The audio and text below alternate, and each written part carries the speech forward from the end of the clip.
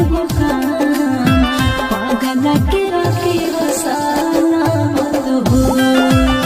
राम जी हो करी एगो काम पागल के रखी हो सलामत हो।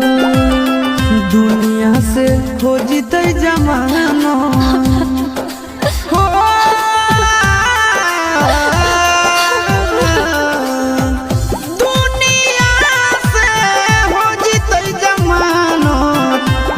समसान के अमानत हो राम जी हो करी एगो काम पगली के रखी हो